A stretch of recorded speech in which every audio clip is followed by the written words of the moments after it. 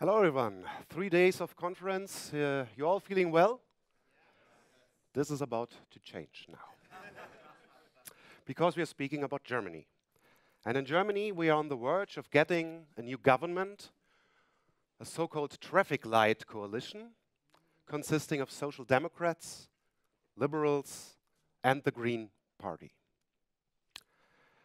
I worked in a conservative think tank, the Library of Conservatism, and then I went to the Bundestag and worked for a member of parliament. She was the spokeswoman of the Berlin Circle, which is the conservatives within the Christian Democratic Union, my party. I also ran for office in Berlin, in the Council of Berlin, and we had an election on the 26th of November, September. And what happened? The not really conservative, but more populist party, AfD, they lost. They lost 2% of their vote. They couldn't get more. My party lost 10%. 10%, bringing us to the worst ever outcome in an election ever. The woman I worked for lost her seat in parliament. From the inner circle of the conservatives within the Berlin Circle, there were 16 persons. 12 of them lost their seats. I lost the election too, and I lost my job. So, conservatism hit rock bottom, and we lost. And we lost. Conservatism lost in Germany. Where do we go from here? I will give you insights into 3 themes. In the party scene, in the scene of the media, and in the scene of organizations, think tanks, foundations, and so on. Looking at the parties, the AfD, I would not consider a real conservative party. They tried to start out as that. Soon they learned that they could probably get more voters if they were more nationalist and opting for a more state socialist economical program. And that seemed to have failed. And the party is in struggle, and they have to think about where they want to go. Do they want to be a conservative party with a liberal economic approach? Or do they want to be more nationalistic and have a socialist economic idea? That's a battle they are fighting right now, and we will see where they are going. We as Christian Democratic Union have lost an election in 1998, and after that we didn't take the time to reflect on why we lost and what our problem was. 7 years after that, we came back to power. We didn't really know why, but we stayed there for 16 years. And if you're in power, you're not thinking about yourself, you're not thinking about conservatism. And now we lost the election, and now's the question, what are we going to do? Are we going to think about us this time? Will we reflect what is our problem? And will we think about who are we? What are our values? And how can conservatism has again a place within our party? From the beginning of December, we are starting a new project in the party. All the party members will be able to vote a new leadership because our now leader is going to step back. And we got 3 candidates. One, very nice guy, but more liberal. He's good in international politics and security politics, I give him that.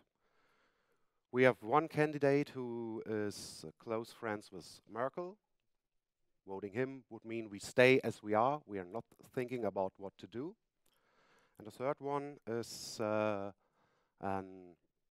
conservative who's in bond with the youth organization, and he probably will do it for 2 years and then give over to the next generation. I would prefer that, but we don't know how this vote will end. We have a second problem because we have something that is called an Unvereinbarkeitsbeschluss, meaning it's a memorandum of not working with two parties. We are not allowed to work with two parties. One is the former Socialist Party, Die Linke, and the other is the AfD. Leading to kind of curious things. So when we were in government and the AfD made a proposal, we always voted with no. But it went so crazy that they actually did proposals that we proposed them again, and we still voted against it. Kind of crazy situation. And now we're together in opposition. And the question is, will we still try to fight them? And if they say something against this government, and believe me, there's many things will be said against this government, we say, oh, because they said it, we can say it. And so this will be a big problem, how we deal with the AfD. And I believe the process of getting conservative back to the Christian Democratic Union, which never was a total conservative party.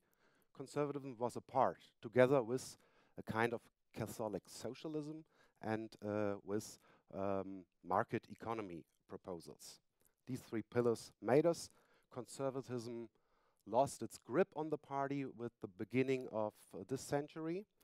And the question is, can we get back on track? So much for this. Now going to the media. When I was young, there were two papers you read. It was Die Welt and it was die Frankfurter Allgemeine Zeitung. When you were young, you opened it, there was the opt-ed, you read it, you had your Tagesbefehl, and you know what to do. In the 90s and in this centuries, they fell for the idea of the end of history, meaning liberalism had won. And these papers became more and more liberal. Old code warriors had to go, conservatives had to go, nobody cared about them. And now, sometimes there's an interesting article, but mostly they are more liberal, criticizing everything conservative within the CDU, criticizing the AfD. So that's a big problem. The second problem is we got a very strong state media, financed by every German, who has to pay a so-called fee for democracy, as they self-claimed it, because state TV is brilliant and it's good and it's obviously always objective. Yeah, let me tell you, that's not the case. That's absolutely not the case. It's absolutely left-leaning, and most of the magazines and papers are too. So we're thrown back to having alternative media. There's a nice scene of new alternative media. There are some papers like Tichy's Einblick. He was a very staunch journalist who got fired because he was too classic liberal for the economy paper he worked. And he started out something, he's doing talks, he has his podcast and does some good stuff. There's of course the Junge Freiheit, which is often concerned as a right-wing paper, but it was in the century the last man standing, the last real conservative paper.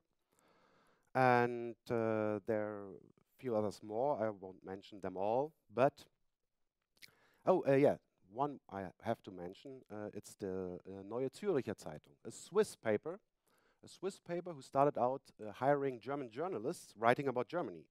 And I had conservative journalists. And so many people now read a Swiss paper to get a conservative view on Germany. And I know many of the guys, and they have a real good Berlin office consisting of real good conservative German journalists. This is a paper you can read if you are in Germany. And something else happened. The Bild, Europe's biggest tabloid paper, they started their own TV station. It's called Bild TV. And they're trying to do something like a Fox News Lite. So the question is, will the mainstream media conservative papers, now that we have a left-leaning government, go back to normalcy, becoming more conservative? Can the idea of an independent TV station with Bild become a reality? Will the people watch that? And can the smaller medias like Junge Freiheit, Tichys Einblick, Cicero, Cato, and so on get enough readers? I really don't know. Which leads me to my third part, the organizations and think tanks. I mentioned I work for the Library of Conservatism. We're a small think tank. We have a big library, probably the biggest collection of German, but also international conservative books in the whole world. We gave seminars, we had many lectures, but with Corona that ultimately came to an end, and we couldn't go on with that, but we had a place where conservatives of all parties could come together.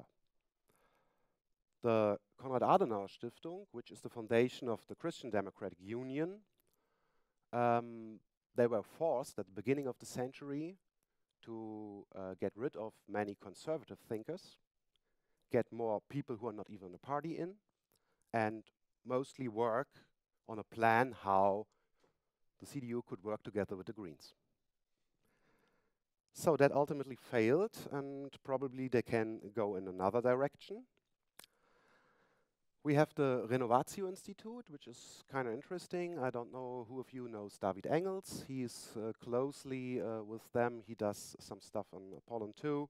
And they're small, but they're starting out quite good. And there's the Desiderius Erasmus Stiftung, which is the foundation of the AfD. They are now get funded by state money, and we will see in which direction they go. But it's the same as within the party. Where are we going? To the conservative side or more to the nationalist side? And so that you can ask me a few questions. I showed you these three parts to